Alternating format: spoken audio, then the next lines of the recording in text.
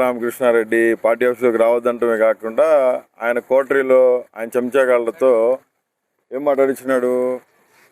వాడు కారుమూరి వెంకటరెడ్డి నన్ను rowdy sheeter అంటాడు. హైకోర్టు ఏం చెప్పింది? అనిల్ మీద రౌడీ షీట్ లేదు, గొప్ప చదువుకున్న వ్యక్తి, సమాజంలో అటు ఎందుకు చేస్తున్నారు మీరు, ఎవరు నిన్ను రౌడీ షీటర్ అందంటే మీడియా అన్ని పేర్లు ఇచ్చిన 12 మంది పోలీస్ ఆఫీసర్స్కి మెమో ఇచ్చింది. అది కారుమూరి వెంకటరెడ్డి ఎందుకు మాట్లాడినావురా బాబు, నా గురించి నీకేం సంబంధం, నువ్వు నా ఇంటి వెనకడు కూడా పక్కన వెనకలుడువా, నేను రాజకీయాల్లోకి వచ్చేసరికి నువ్వు బచ్చా కానివి, ఎట్టారా నీ సంగతి, ఎందుకు మాట్లాడినావు అంటే వాడు ఏం మాట్లాడాడంటే, వాడు మాట్లాడింది రికార్డింగ్ ఉంది చెప్తానండి, ఎందుకు మాట్లాడినాడు అడిగింది.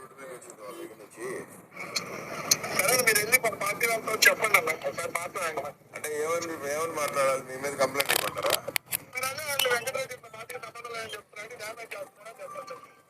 కాదనా, ఇప్పుడు మీరు దయచేసి నా గురించి నేను పార్టీకి విరుద్ధంగా ఏ రోజు మాట్లాడాలా, ఇన్ని సంవత్సరాలు నేను ఇన్ని డిబేట్లు మాట్లాడినప్పుడు నాకు ఎవరో కూడా ఇదిగో నా పార్టీకి ఇది కాదు అని నాకు ఎవరు చెప్పలేదు. ఎందుకంటే ఏదైనా ఉంటే చెప్తారు.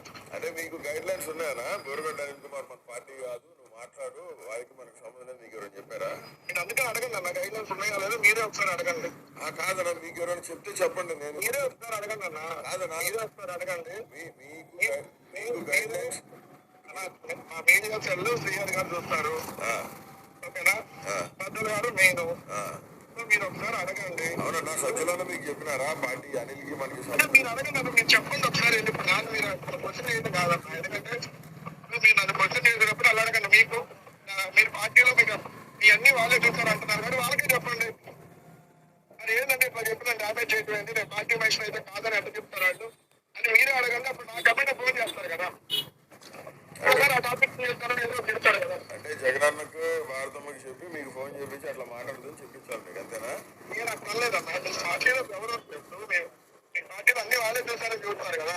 అవునా, వాళ్ళ నుంచి వేరే వాళ్ళకి చెప్తారు కదా, వాళ్ళు మీరు చెప్పేది ఎలా ఉందంటే, మీరు నాకు చెప్పొద్దు, మీరు బయట చెప్పండి, వాళ్ళు నాకు చెప్తారు.